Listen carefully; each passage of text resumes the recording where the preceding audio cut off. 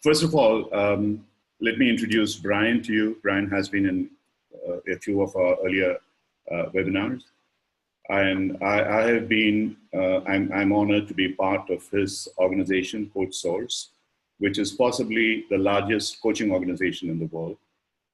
Brian just updated me that he has now about 1,100 executive coaches. And you really have to go to his website to see the caliber of these people. And they are from 100 different countries. And as far as I remember, and as he remembers, they speak over 50 languages. So pretty much anybody who wants in any part of the world for any company, Brian is the go-to person if they are looking for executive coaches. The reason that we always like to have Brian here is, on the one hand, we have, like you have already seen, people like Cindy, Fiona, Janet, master coaches who come there and speak about skills, awareness, and all that stuff. Which is extremely important for our professional development and personal development as well. Brian brings about a very deep knowledge about the industry coach interface, as it were, in order for the coaches to understand what's really happening around.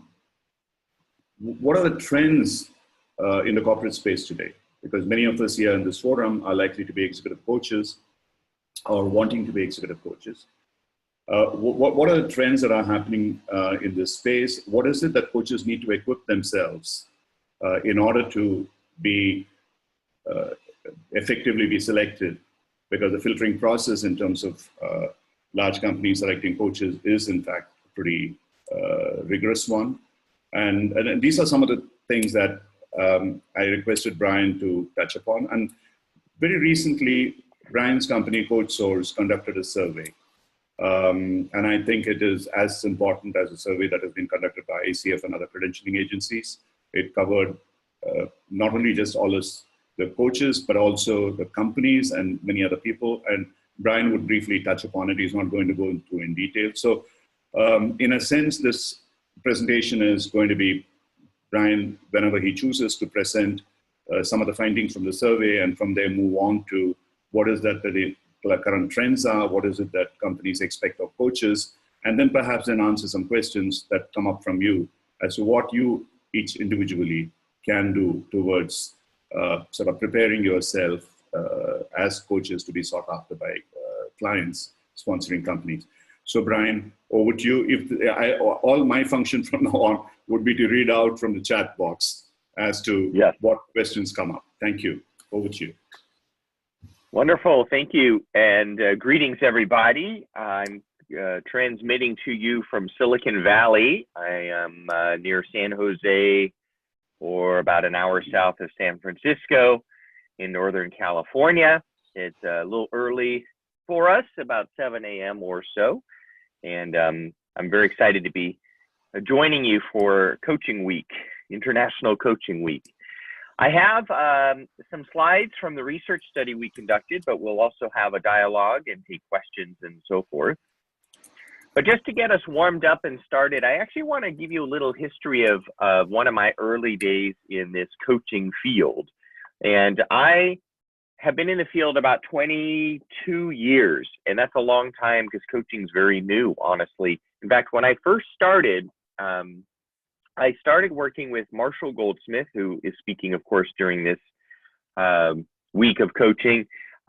And I came to him as a graduate student, and when I arrived, we were doing thousands of 1-hour coaching feedback sessions. So we would get someone's 360 feedback report and then sit down with them on the phone or in person and then go over that report for 1 hour, and that was it. And we were doing thousands of those every year. So one day I walk into his office and he's talking to the head of marketing for a cell phone manufacturer. And the cell phone company was kind of interested in this coaching thing. And she said to him, I loved it when you met with me for that 1 hour, but I want to do more of that. 1 hour is not enough, which actually someone just said in the chat room here. 1 hour is not enough. I want to do more of this coaching thing. Could you do 6 months of this or 1 year? And Marshall said, sure, we could do that. And I was here listening to this, excited, because this sounded really interesting to me. But then she said, okay, well, if we do this for a year, what are we going to do? How are we going to spend our time for a whole year?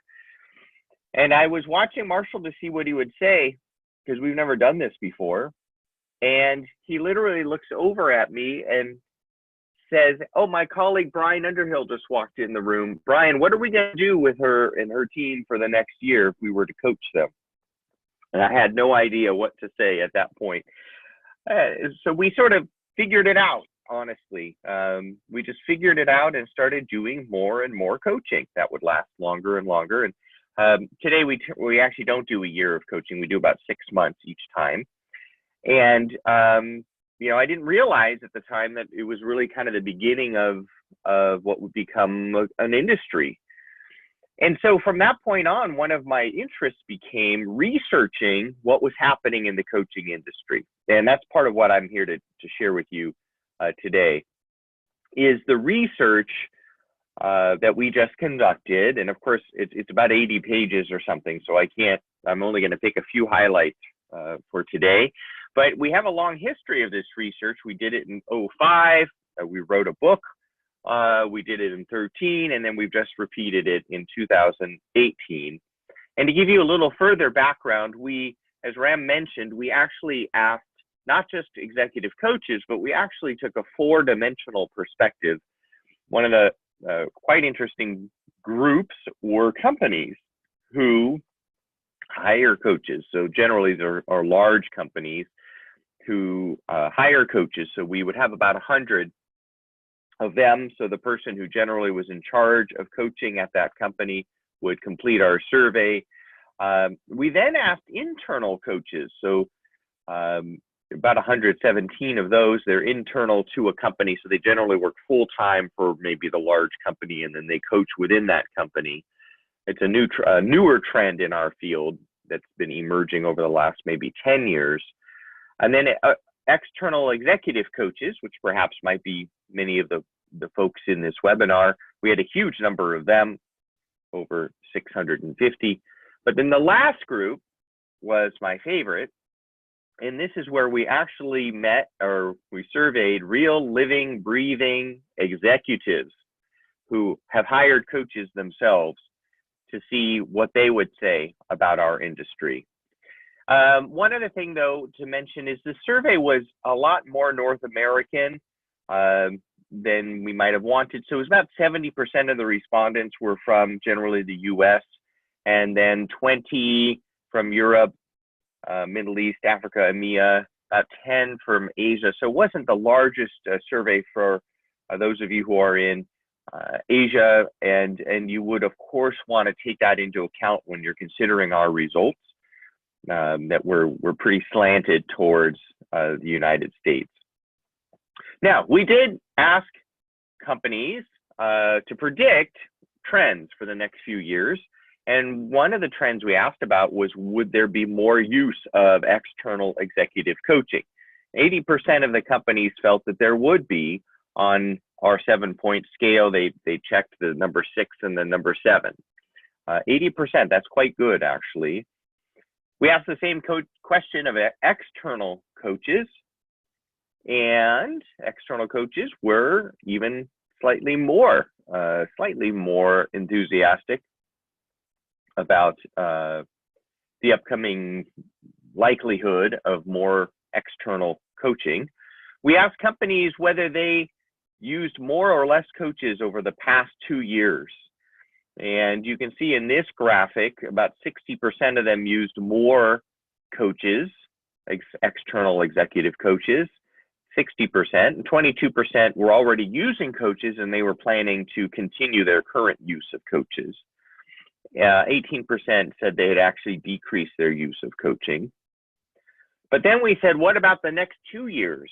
What are your company's plans for the next 2 years? And in this case, the numbers get better, where 56% expect to increase their use, the rest at least continue what they're doing now. And no companies planned to decrease their use of coaching. One more question, and then Ram, I'd love to hear if you have any inquiries from our audience. We asked our participants about different kinds of coaching: team coaching, group coaching, internal coaching. And we asked about the likelihood of all of these types of coaching over the next 3 to 5 years. And 63% or more of the raters felt that all of these types of coaching are likely or highly likely over the next 3 to 5 years. So it seems to us that not only is executive coaching expected to increase, that we also see other types of coaching that are probably likely to continue to emerge in our field. And this does match our own experience at Coach Source, where our own company revenues have grown in double digits ever since we had the economic downturn.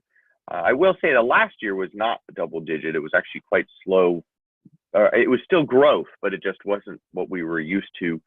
But having said that, every coaches I talk to and so forth, I get the impression that coaches are either as busy as they were before or perhaps even busier. So it seems like things might be good for our industry, Ram. I don't know if you have any questions or response to this first batch of data here. But at least what we're seeing in the States is a lot of growth in this industry. And I would expect you probably might say something similar for what you see in India. Yeah, I'll come to that. A couple of questions that have come up. Michael had asked whether people can access this report. You can answer that later.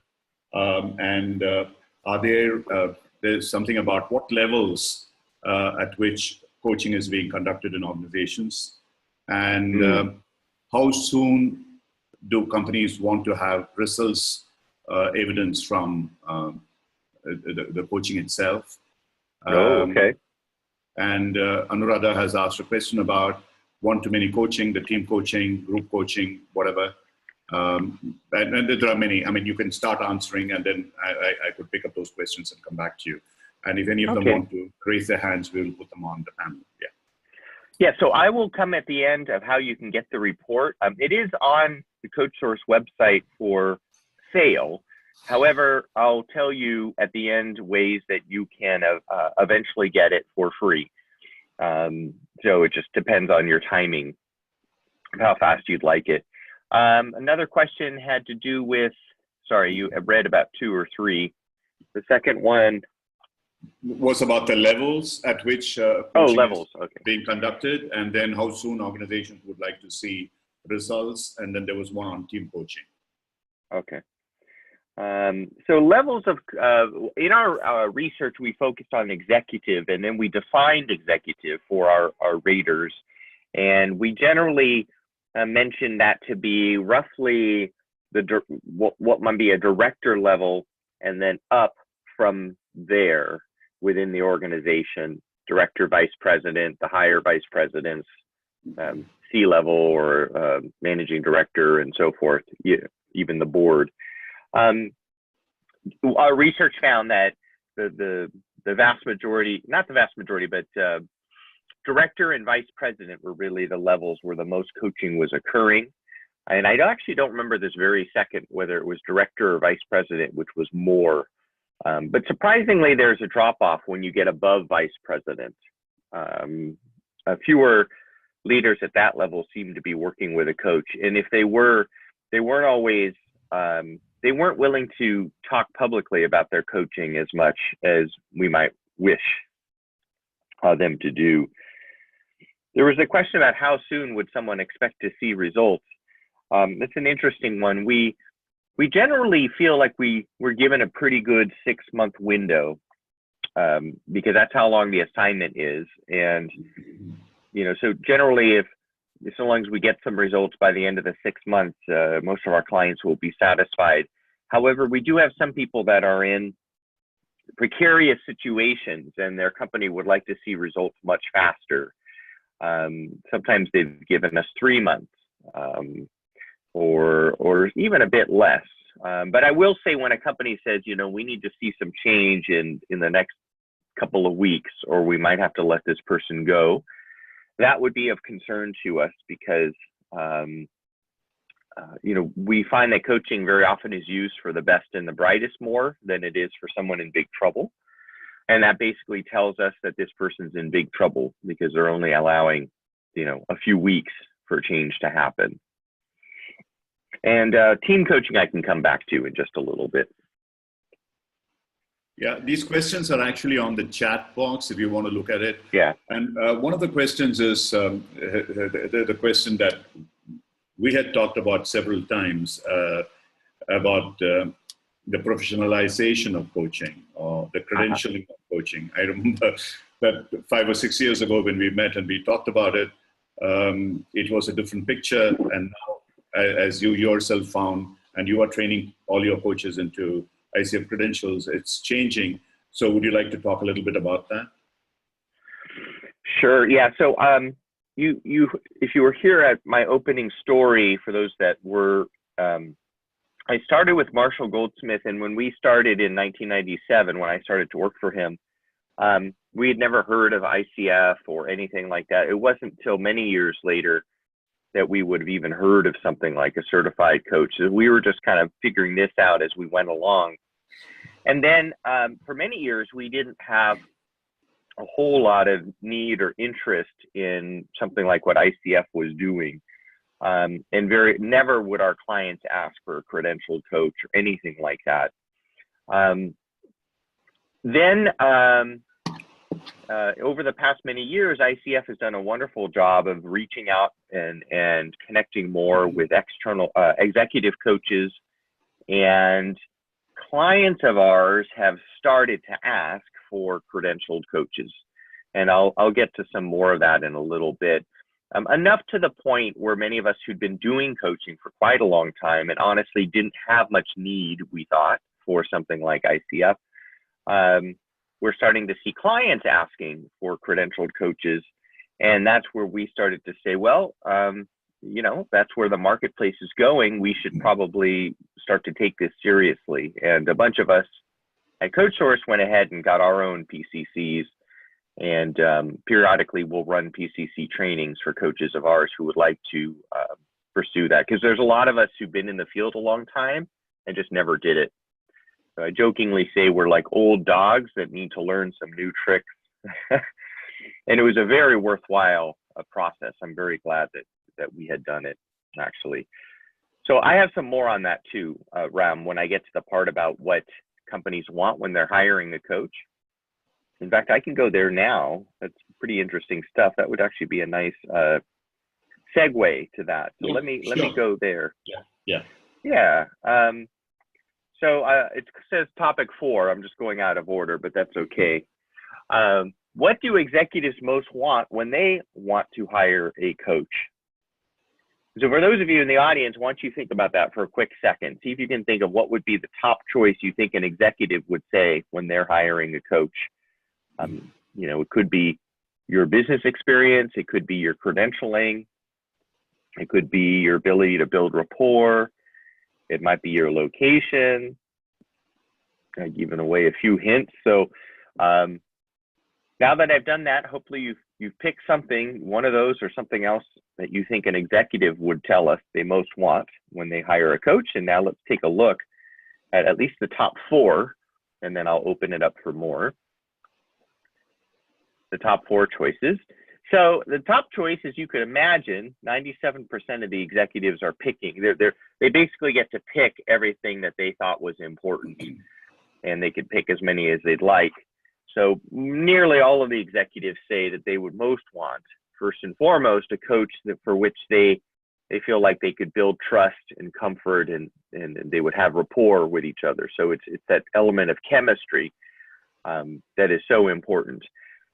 And I've seen some other research, and if there's any clinical psychologists here, they could tell this better than me. But I've seen research to show from therapy that it can often be that alliance between the therapist and the client, which can predict a certain percentage of the positive outcomes of therapy. And so therefore it probably is not really any different in coaching. It really is that chemistry that matters.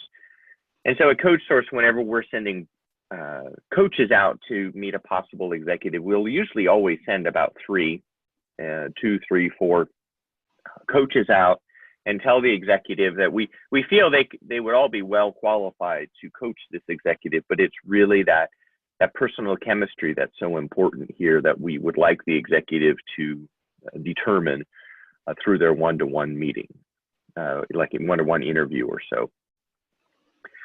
Second top choice is simply how experienced is this coach? You know, how long have they been coaching? Not necessarily how they've been trained, but I think that's part of it. But you know, are they a good coach? Are they good at coaching? You know, at CoachSource, we like to see someone's been coaching at least 5 years, and 10 or more is even better. We like to see that someone's been on their own for at least 2 years, because we feel that you have a better chance of surviving as a coach if you've already shown that you've been able to be on your own for at least 2 years.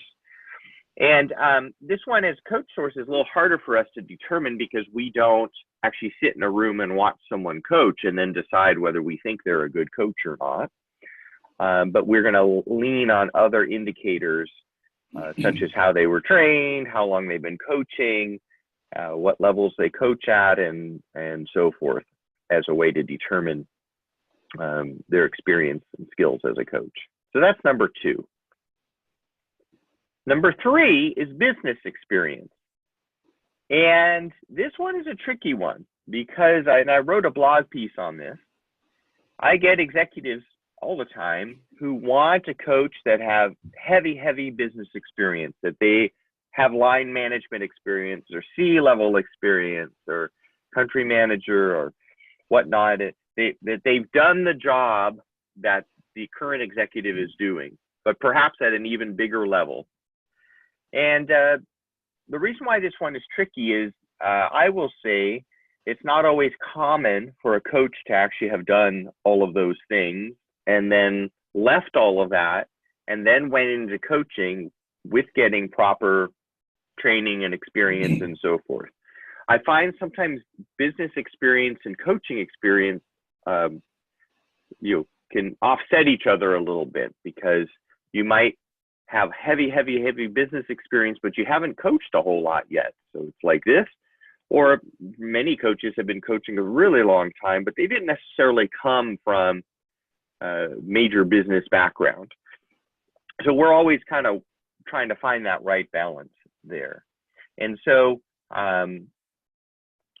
nonetheless, our clients are always interested in coaches with business experience. And many of you on the line have noticed, for whatever reason, Ram is a great example of someone who had wonderful business experience, important business experience, and then moved into coaching.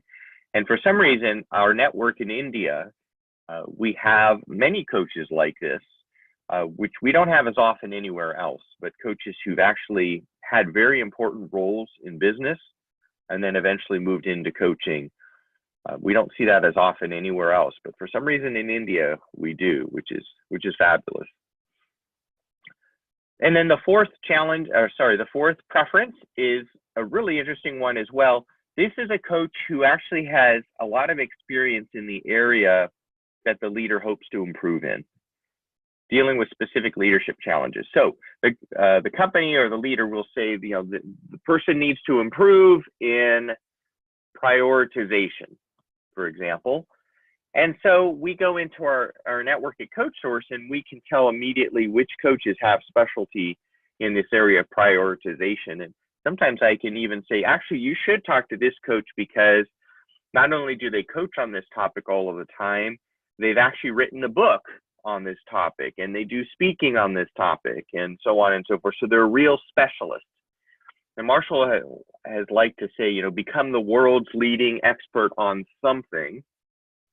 And that really helps, because if I can tell our client this person really is a major expert in this area, I think you should be talking to them as a possible coach. The executive really, really prefers that. So those are our top 4. Let me show you the rest, and then I know we're going to have a few questions. Area of specialty as a coach is actually similar to the one I just mentioned. Match with our culture has to do with matching the culture of the company. Being recommended by someone else is next up. Industry experience, cost, what the coach cost, where the coach is located, whether they have a certification, an advanced degree, and then finally, whether they're certified in a specific tool. Now, you look at this and you'll say, wow, certification is way down there. Actually, every time we run the survey, it's way down there, I must say. But this year, it is actually past advanced degree. Normally, advanced degree is above certification, and the two have flip-flopped. And even though it's way down there, we find that all of this is quite necessary. It's quite important. And in some cases, it's a basic minimum.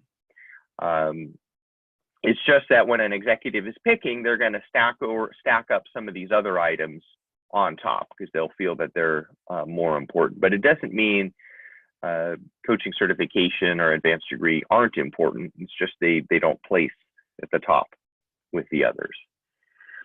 Let me show you a comparison to the other groups, and then I know you'll have questions. So the 4 groups are answering this question I've been showing you, and the top 2 are the same across the board: rapport, ability to build rapport, or experience and skill as a coach. Those 2 across the board from all groups are the top 2. Business experience still shows up quite important from all groups, a little more important from the executives than from the other groups, as you can see here. So executives do overrate perhaps business experience. And then this one on specific leadership challenges shows up for everybody as well. Matching the culture of our company, you can see that here. That's more important for the person managing coaching at a company, and more important for internal coaches who generally know the culture of that company very well, but was less important from executives or external coaches. And finally, just some of the lower items, the instrument or tool. So this is if you've certified in a tool like Hogan or something like that. That does generally place last. Advanced degree shows up last among everybody. Certification as well from executives and external coaches. It was a little more important for internal coaches and for organizations. So I have given you a lot to chew on, Ram. I think we could probably take some more questions, and I'll back up to this slide as well. Questions or even responses, or Ram, this might be, you've probably seen a graph like this from us before, but yeah, curious your reactions as well when you see this. Yeah, one of the things that strikes me, and I think some of the questions also sort of come onto this topic, even now, I asked this question of you about 5 odd years ago, at which point in time, as you said, advanced degree was higher rated than professional certification. And even now it's pretty lowly rated in terms of about whatever numbers that you have here, about 15. The coaching certification is probably somewhere around 12 or whatever. So in your own discussions with I know that you keep meeting industry leaders and you are in regular touch with them from companies and so on. What is it that leads to a professional certification, which every coach worth his salt thinks very highly about, that I'm a PCC or an MCC or whatever kind of a coach I am, and the companies don't seem to care very much about that. And there was somebody who's asked a question, does it mean that the companies are looking for mentors instead of coaches, or whatever that might mean? So what do you think is the answer? Well, I'm going to say something a bit controversial, but I've said it before, so I'm sure people can handle it. For many years, I told you that we didn't really even know about ICF. And then we were just doing our thing. And then we would get coaches who certified and would apply to us. And they would say, I'm an ICF this and that. And I've been trained at this place or that place. But what we found is they sometimes lacked some of these other things. They very often had no business experience. They didn't have an advanced degree. They actually hadn't coached a whole lot. They might have been more of a life coach than an executive coach. Those are the early years. It's not like that now. But for quite a while, sometimes if someone came to us with ICF all over their information, it actually didn't necessarily help their case with us. It actually could have hurt their case, surprisingly. But that has changed, absolutely has changed. But having said that, so companies just didn't see the point in the ICF or anything like that. They wanted these other criteria as being much more important. Now, that's changed for some of the reasons I mentioned. And also, interestingly, I have observed that the person who runs coaching inside a company, who manages their coaching practice, is more increasingly likely to have been a certified coach themselves. So maybe they're an internal coach and then they've been put in charge of the coaching program. And so since they're a certified coach themselves, they might be more likely to prefer a certified coach. And also it is a good marker for a company who just needs to know, at least, does this person, what could we do to validate whether this person could be a good coach? And something like a certification would be a decent way to do that. To answer that one question, I don't know that they're saying they want mentors instead of coaches. They do say they still want coaching. It's just they didn't find at the time the certification to be as important. But are you saying, therefore, today that situation has changed?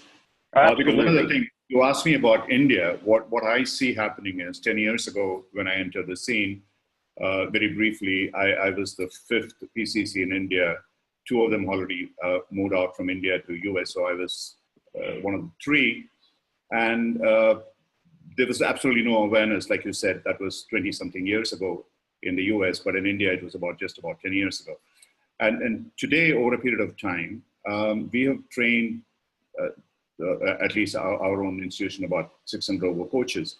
And many of the organizations have today coaches at PCC level who are either CHROs or senior L&D managers and so on. So they have a much greater awareness of what they are looking for when they talk about coaching. So that situation has changed.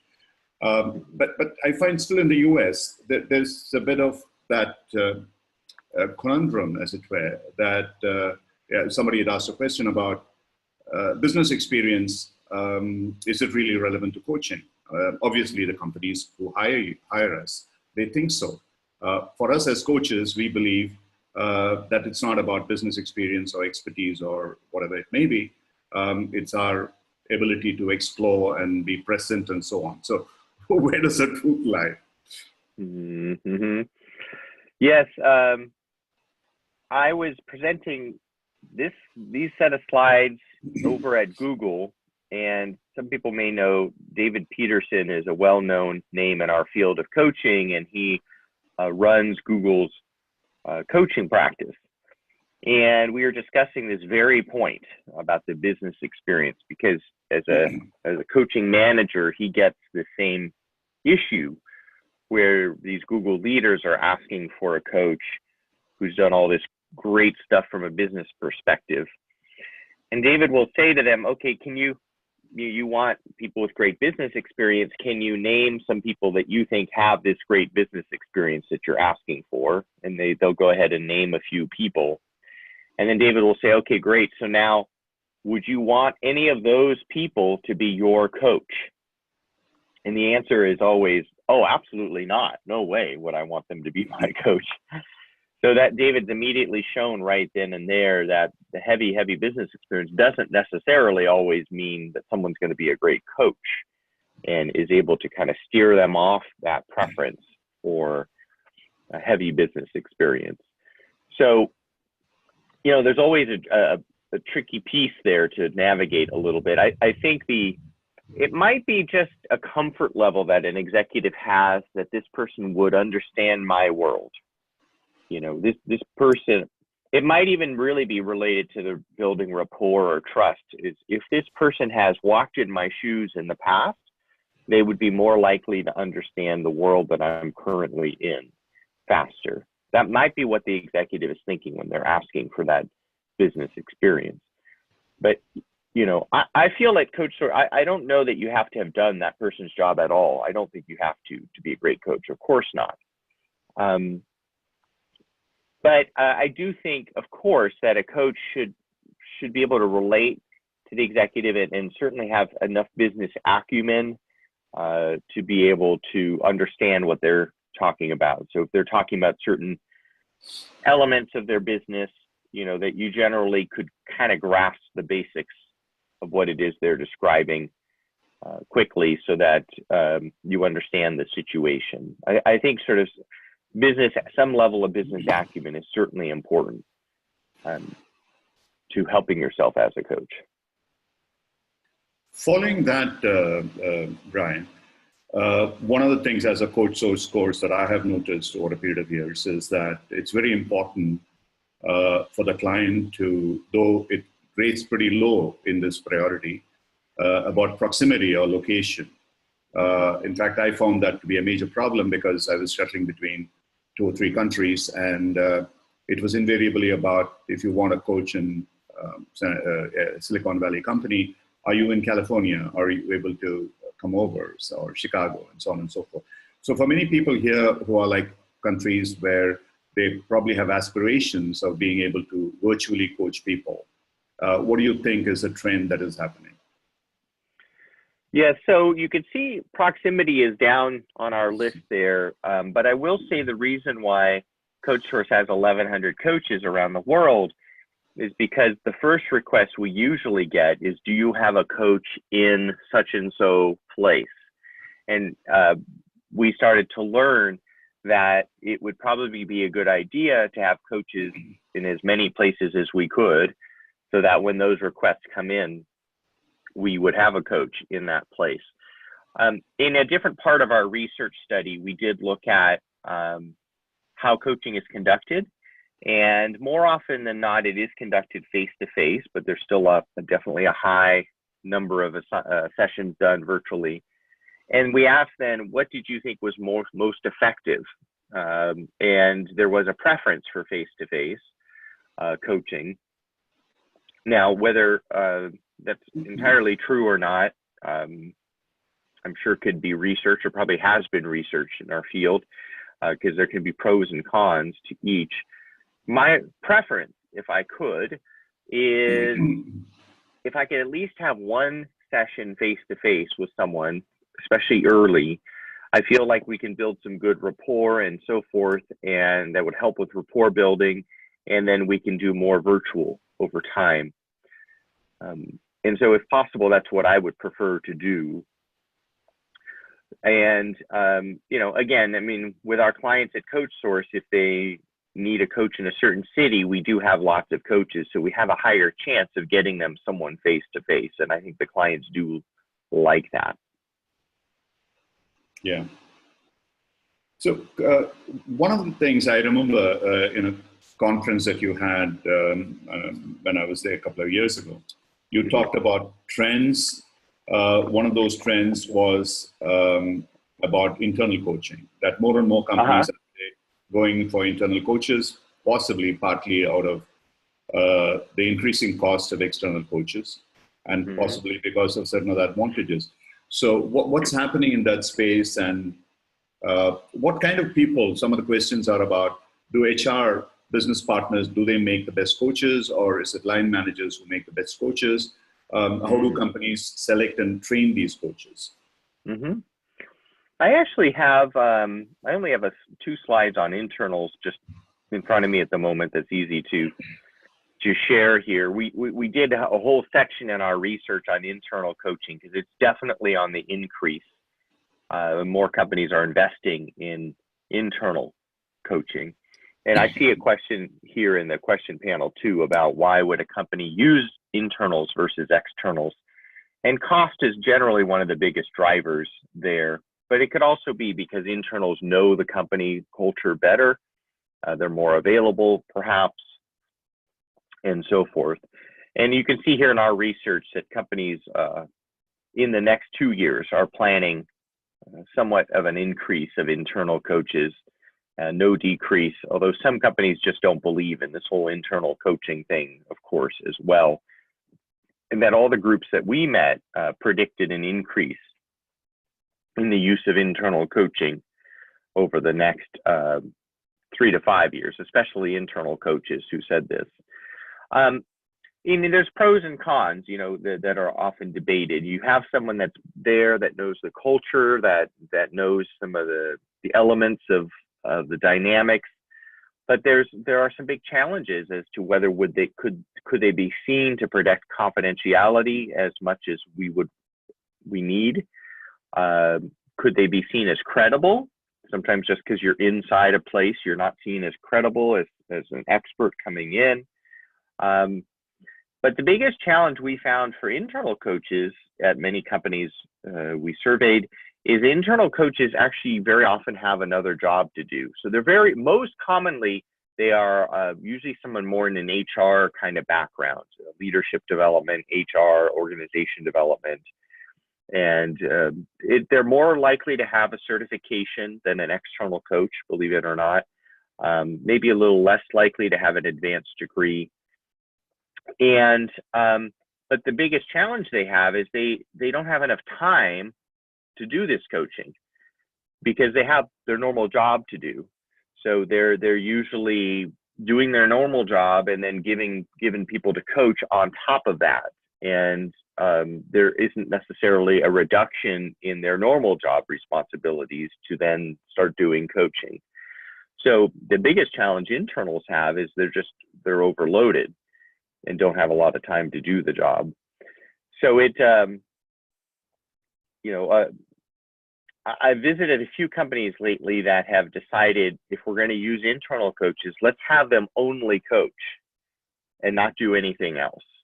And so we'll hire an external coach, have them work for us as an internal coach, and then all they're going to do is coach for us the whole time. And there's an interesting case study about EY, Ernst & Young. They actually have a fleet, a cadre. I don't remember the number. I want to say it's at least 15 or maybe 20 full-time coaches. And they only coach all day. That's the only thing they do. They do it mostly by phone because it's a huge company. And they have a caseload of sometimes at least 40 people they're coaching at any one time. 56, I've heard it as high as 70 at any one time that they're coaching, which would sound crazy to me. I don't know about you all, but I think that would be insane to try and even 40 is a lot for me to imagine trying to coach at the same, have kind of keep track of where 40 different people are. But EY seems to really feel like this is a great investment and a great commitment towards coaching. So Ram, there's a couple things there about internal coaching. You may have questions or responses to that, but it's definitely a trend that's on the increase for sure. Is there ever an issue of confidentiality as an ethical issue in internal coaches? Absolutely, and I think it would be important for all parties to be very clear on what are those rules, that everyone knows up front exactly how do those rules work.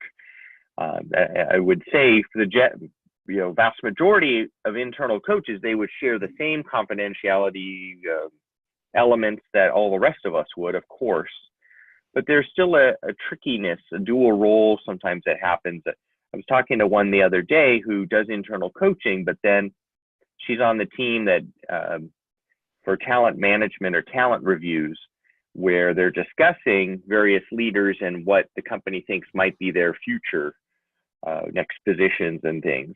So now this internal coach who knows the leader really well is also in a role where they are making recommendations about whether certain leaders should be considered for higher level of promotion or whatnot. And that would be very tricky because the coach might advocate for their leader who they've grown an affinity towards, or the coach might know some things that no one else knows, that would give the coach pause to recommend that leader for higher position. And those would be very tricky. I wouldn't want to be in that situation, but internal coaches can be. And that's something that they have to figure out how exactly they should address those. Thanks, Brian. Given that we don't have that much more time, probably about another 10 minutes, are there other developmental areas that you see changing this landscape that you would like to cover from what you found in the survey? Yeah, so I think I'll end on one of my favorite parts of the survey, which has to do with let's look at all the trends that we studied and just figure out what's most likely over the next 3 to 5 years. I've sort of hinted at some of them.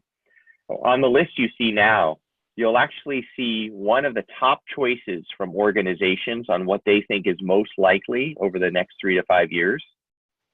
And you also see one of the lowest choices of what companies believe to be the case.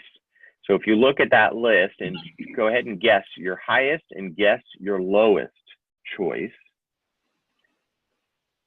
And now I'll show you what we found from the people who manage coaching. So the one about leadership development programs and adding coaching comes in top place. And we do a fair amount of this. I was surprised it came number 1. I'll be honest. I know it's a trend. I just didn't realize it would be the top trend of all the ones that we had given to companies to consider.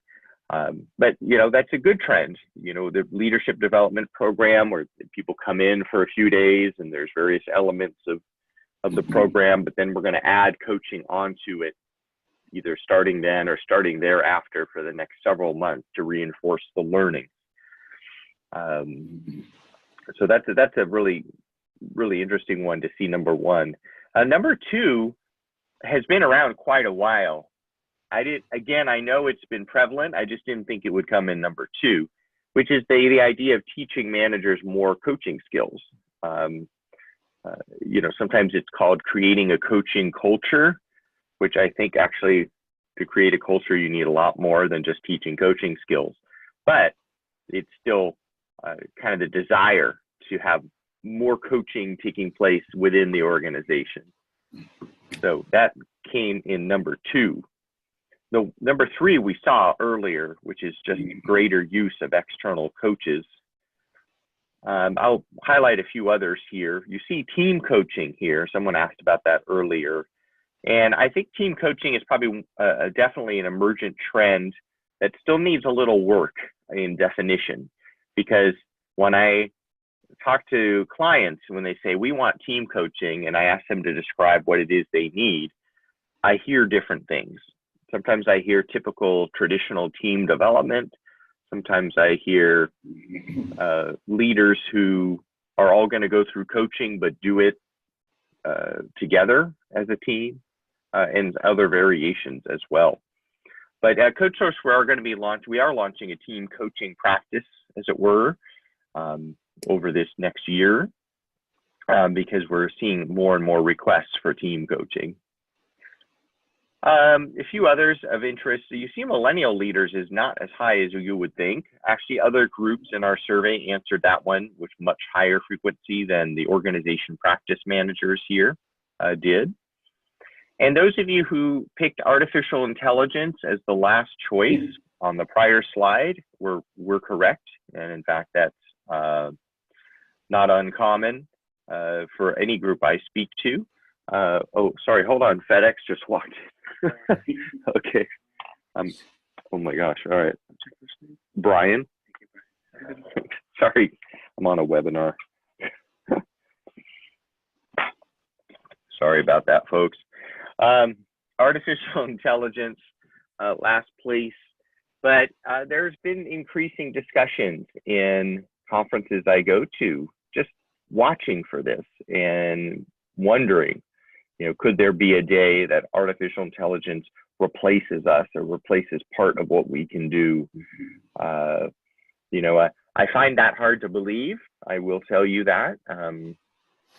And I sort of feel like, you know, we're wired to be in relationship and community with each other as humans, and that would probably be our preference, but I don't know, who knows? Might as well put it on the radar screen for people.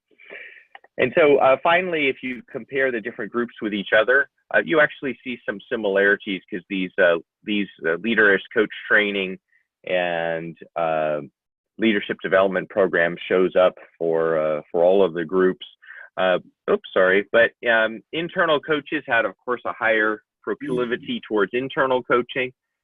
Internals and externals both picked millennial leaders too, with a lot more frequency than the organization practice managers as well. The trends part of our research we really enjoyed, and I think we will repeat it every maybe 2 years or so, and start to always have a regular observation on trends in our industry, which we think would be very important for all of us to always be aware of. Yeah, so with that, more questions.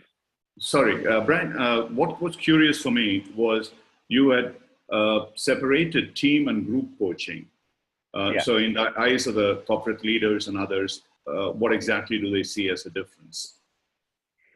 We see them differently as well. You know, team is focused on a team that has responsibilities as a team. So they're an intact team that are interdependent, that are reliant upon each other.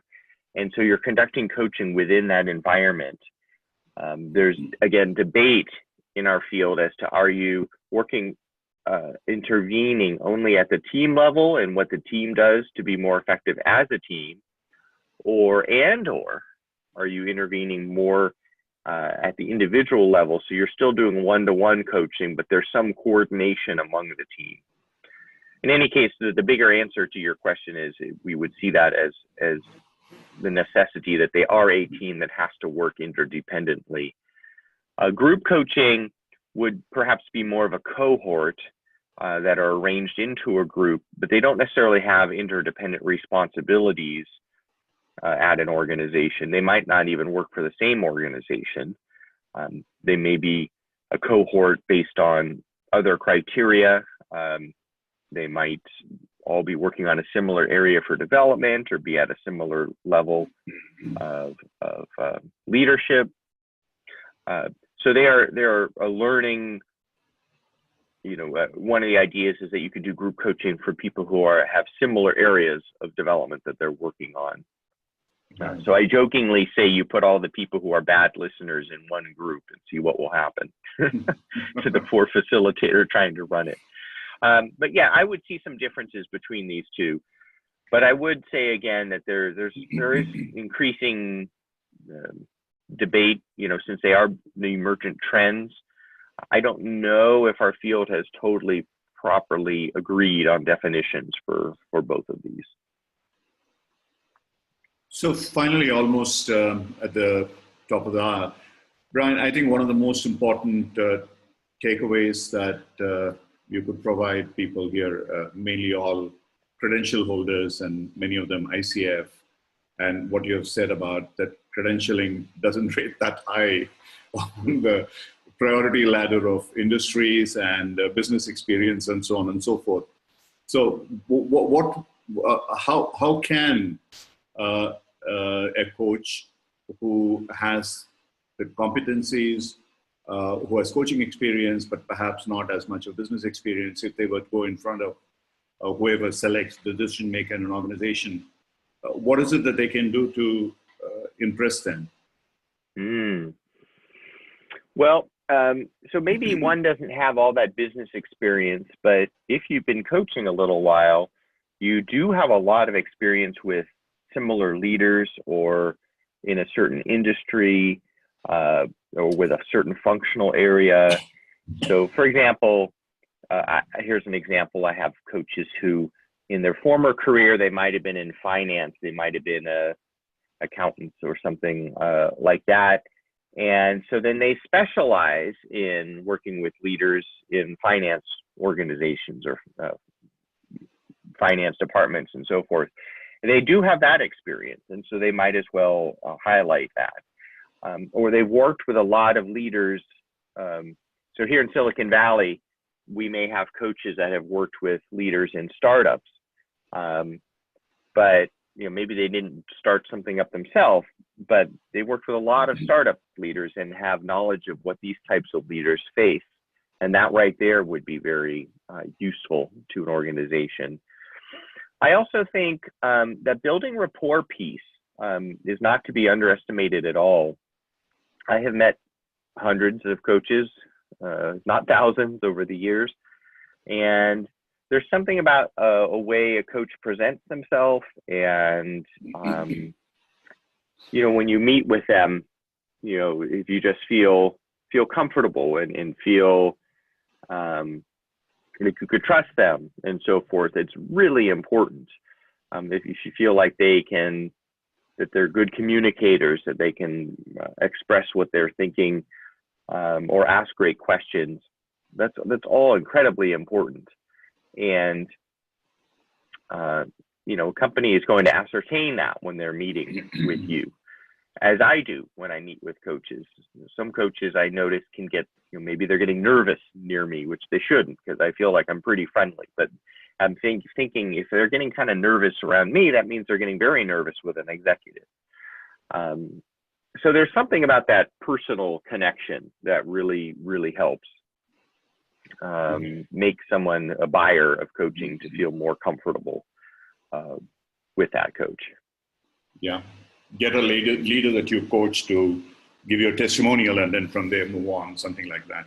So one of the questions that has come up again and again is, if somebody wants to get your report free, how do they do that? Free, yeah. So here at this, I've just put up the link. It is for pay there at the moment. If there's anyone on the line that actually works for a big company that does business with CoachSource, you actually can also get it for free, but your company would contact our CoachSource contact for the free copy of the research. However, I have a blog, and I'm actually releasing a chapter every other month for free, the whole thing. So by the end of the year, the entire thing will be free to everybody. We've released the first two chapters. Well, it's technically the introduction and chapter 1 have already been released, and they're on our blog. And then we'll continue to do that over time. So that would be a great way to, and that's the full version. That's everything we did. So over time, you can definitely get your hands on that. You can be notified about that if you come to our website and register for our newsletter. That's how you'll know every time we do it, unless you want to just keep an eye on the blog. And I'd love to connect with anybody on LinkedIn or Twitter or anything like that. I'd love to stay in touch. And every time I see something interesting about our field, I'll try and put it up on those platforms as well. Trends that I might see and things like that. And finally, if any of the people who are in this program would like to approach CoachSource for potentially listing themselves, would that be okay for them to contact CoachSource and say that they listened to you on this webinar, they're very interested? Yes, Ram has been great about sending us folks that he's trained and so forth. At our website, you'll see the place where you can apply, and you come and look at the criteria that we have, which really aren't too different than what you just saw in the presentation. Look at those criteria, and assuming you meet them, or most all of them, feel free to consider applying, and you can certainly in the cover note let them know how you heard of us and whatnot. So that would be wonderful. We would love that. Thanks a lot, Brian. Thank you very much for being here. Magda, would you like to do the honors in closing the session? Sure. Thank you, Brian. Thank you, Ram. That was, as usual, amazing. And I'm learning a ton. I hope everyone else is as well. We are finished for today, but we are back again tomorrow with 2 exciting speakers. I see that Michael has posted the link to the full schedule, so it's already in the notes. I did want to mention one thing. Brian talked about the role of AI and in coaching. We actually have 2 interesting sessions coming up exploring that question. One of them is tomorrow. It's about the virtual reality use in coaching. So that's with David Tinker. I invite you to come check that out. Should be quite fascinating. And then on Sunday, we have Matt Barney, who has built a business around applications of AI in coaching. It's not being coached by a robot, so it's not that crazy, but it is quite interesting. And I think you guys will enjoy it quite a bit. So please check back in. Same link, same registration, and we'll see you back here tomorrow, hopefully. Yeah, and the recordings, people have asked about it. They will also be on the website, yeah. Yes, so recordings we'll be putting them up as we get them edited, but please expect a link to all the recordings in your May 15th email, which will also include information on how to claim your education credits for these sessions. Thanks a lot, Magda. Thanks a lot, Brian. And we will always be having you again and again on this forum so that you I can would be honored. all our people. Thank you. Bye. Thank Take you care. all. God bless. Thanks, everyone. Thank you. All of you. Thanks very much. Bye. Yeah. Bye-bye.